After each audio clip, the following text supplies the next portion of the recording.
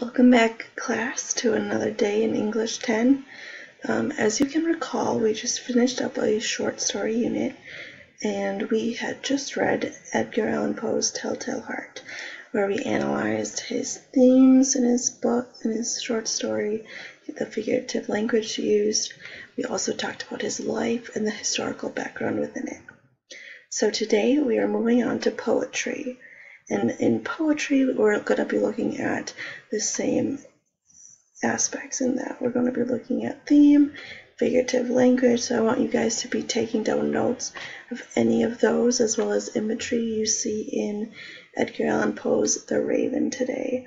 And I am going to be reading it with you. I'm also going to be kind of summarizing between slides and stanzas in order for you guys to kind of understand what's going on and to just reiterate. So tomorrow in class, you want to come in with those notes prepared after watching this presentation. You're going to talk about imagery and figurative language and anything you find interesting inside of it. And then I will be presenting the activities that will last 2 days, and they'll be creative. It'll either be a group project or an individual one, so you have some choice in that matter. So without further ado, let's get started on the presentation. Alright, and so now what is going to happen is I'm going to give you a few seconds to look over each slide and to read the stanzas on each slide, and then I'm going to briefly summarize what's going on for you guys. And of course, you guys can look back at the poems or look at the poem online if you need any more time in reading the poems.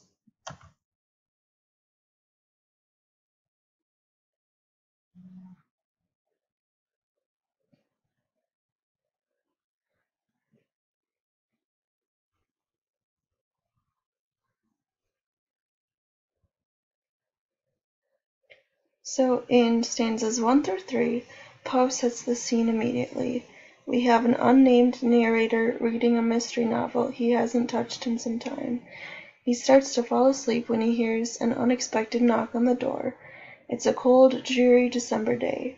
The man has spent this gloomy day remembering his lost love, Lenore.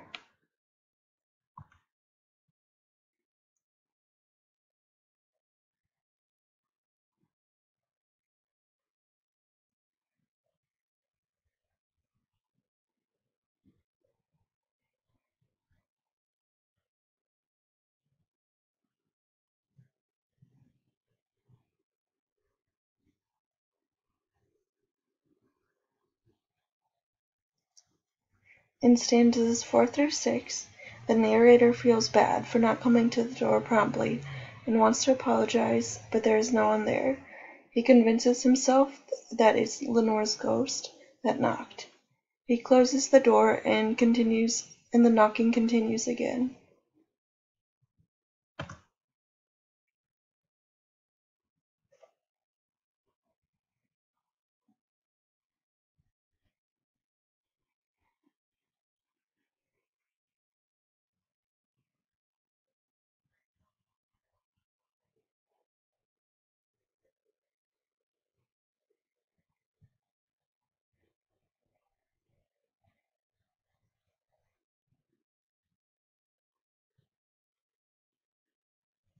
In stanzas 7 through 9, we first meet the raven.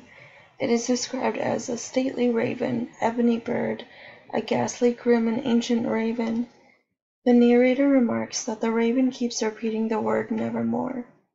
What do you think that means? There are also Greek mythology references. The bust of Pallas, for example, is a statue of Pallas, a Titan god of warcraft. The knight's Plutonian shore references Pluto, the Greek god of the underworld, and Nyx, the goddess of night.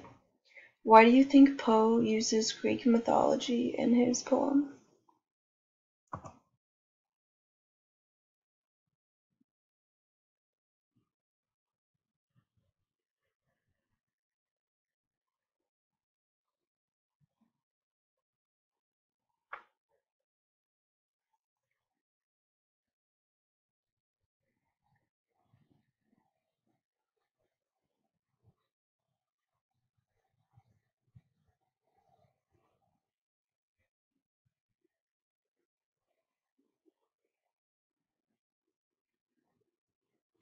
Now, in reading this, I also want you to take note of any words you don't understand.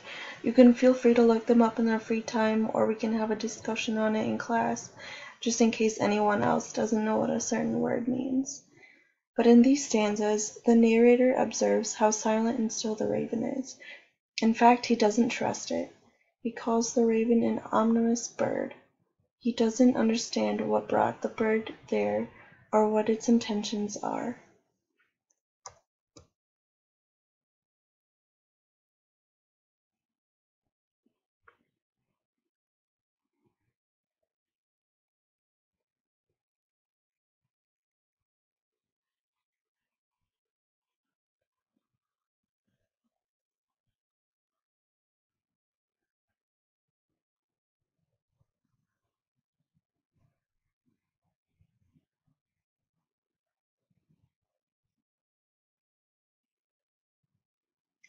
In stanzas 13 through 15, the narrator's mood is reflected in the raven. He now describes it as a fowl with fiery eyes, that burned into my bosom's core, meaning he's getting frustrated with the raven for not having a reason for being there. Have you ever been so annoyed with someone or something that just doesn't leave you alone when you're already having a bad day? Jot that down and we can talk about it in class.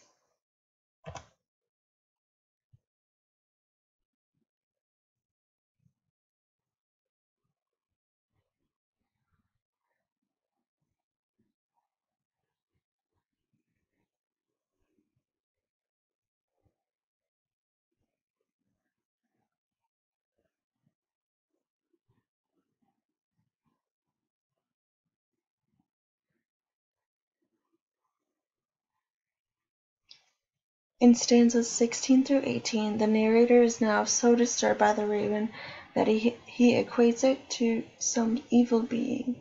He thinks he's being tormented for the death of his angelic love, Lenore. Why do you think he's so paranoid or concerned about this raven? Would you be?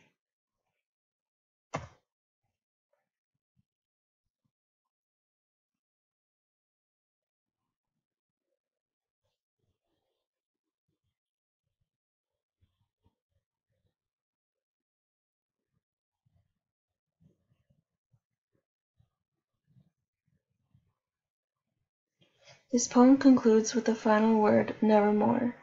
What do you think that symbolizes? Why is the narrator so haunted by this bird? Do you think that poet made the bird be a raven on purpose? What kind of conclusions are you left with? And to review, what we want to do tomorrow is bring the notes you've taken from this presentation and bring it to class so we can prepare for a discussion. You will be given the activity and assignment in class and will be able to work on it starting tomorrow and into the next day. So without that, see you tomorrow.